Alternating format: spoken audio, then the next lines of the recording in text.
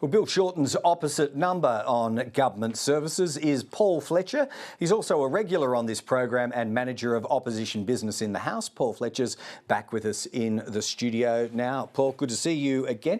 Why don't we start with Bill Shorten? And I really don't want to sour the genial tone of his farewell, but reflecting on his recent achievements this morning, I'm sure you'd be aware, Bill Shorten said, when people ring up Centrelink or Medicare, we're answering the phones quicker, we're getting payments out to people quicker, we've reduced the stockpile of outstanding payments. Only a short time after that, you've issued a media release announcing that Senate colleagues are going to recall Services Australia to answer for their performance. Are you saying Bill Shorten's statement today wasn't true? Bill gave a great speech. Bill's been a great warrior for the Labor Party.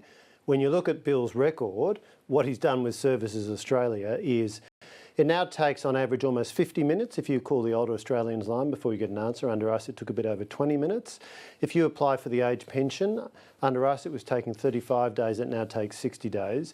Yet the number of people employed has gone from 27,500 to nearly 33,000.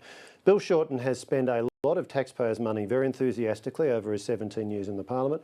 Look, he's been a great warrior for the Labor cause, but Services Australia, if you look at what he's actually achieved in 2.5 years, he spent more money and the service is delivered. It got worse. But if you're doing higher levels of activity, more transactions, more inquiries, then your wait times would blow out, wouldn't it? And that's not actually true either. When you look at the numbers, customer demand has actually fallen between 21-22 and 23-24. So, you know, Bill's had a range of standard reasons he's given, but it's not true that customer demand has gone up, it's gone down. It's not true that call hold times have improved, they've got worse.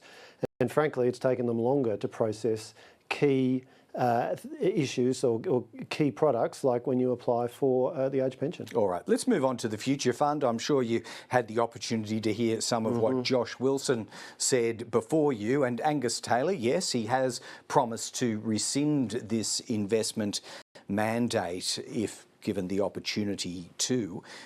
What's so offensive about it if the fund is already investing by its own choice in those 3 national priority areas? Look, this is a fundamental break from a bipartisan commitment for over 20 years to building up the Future Fund, which was a Howard government initiative. Now at about $230 billion. It's achieved a return, I believe, of on average about 7% a year. The Future Fund Board of Guardians has had a focus on delivering the best possible returns. That's what the focus should stay on. This is code for Labor wanting to get into the piggy bank, get money to spend on particular objectives like housing or like climate change, emissions reduction, and to be able to use that money in place of money that would otherwise be on budget spending. Right. So it's very bad. It's a fundamental change, and it is, frankly, coming at the cost of future generations, because the whole purpose of the Future Fund is to save money over time so that obligations that otherwise would have to be paid by future generations are already provided for. If you were the Government of Australia in May or June of next year, would you be tempted to ask the fund to examine putting money into nuclear reactors? We've been very clear. We will be maintaining the position the Future Fund has applied for well over 20 years. It has an objective to maximise returns and to build the fund. It's now at $230 billion. We don't see any case for change. And this is a very serious break in what's been a bipartisan position. And this is actually, this is pretty serious stuff when a government is violating fundamental economic principles in this way, breaking into the piggy bank to find more cash because they've been spending in such an ill-disciplined way. All right, let's move on to social media ban. It does appear from all the comments coming from your side that you'll lock on with the government and accelerate its passage through the Senate next week. I wonder what the haste is. Yes, it has been a coalition priority for quite some time now, but we have 3, or in many cases really just 1 day of Senate scrutiny being applied Why so? Look, the Coalition has a very strong record of working to improve online safety for children and all Australians. We established the eSafety Commissioner.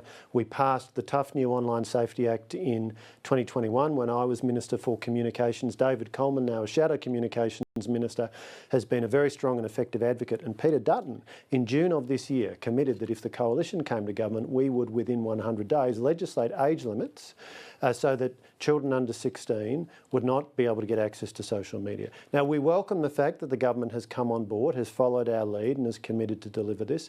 We think it's important. We think we need to move as quickly as possible, and we've made it clear, and David made it clear in the chamber today, the Coalition will support moves to get this legislated next week. You're placing a lot of trust in their drafting processes and their preparatory work, though, aren't you? What if they've made a mistake? How's that going to be picked up in 1 day of Senate scrutiny and probably less than 1 day of debate? Let's focus on getting the legislation in place, requiring the social media platforms to use age verification technology. It's already used commercially in a number of places. They have the technology.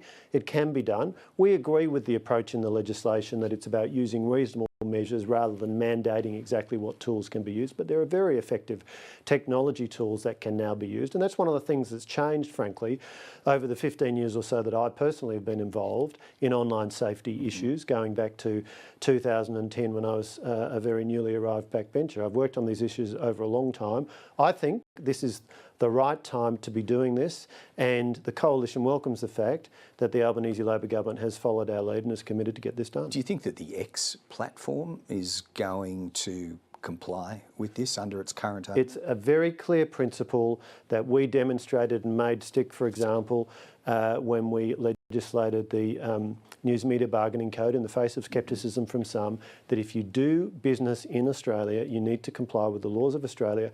That's the case whether you're a small business or whether you're a global social media platform.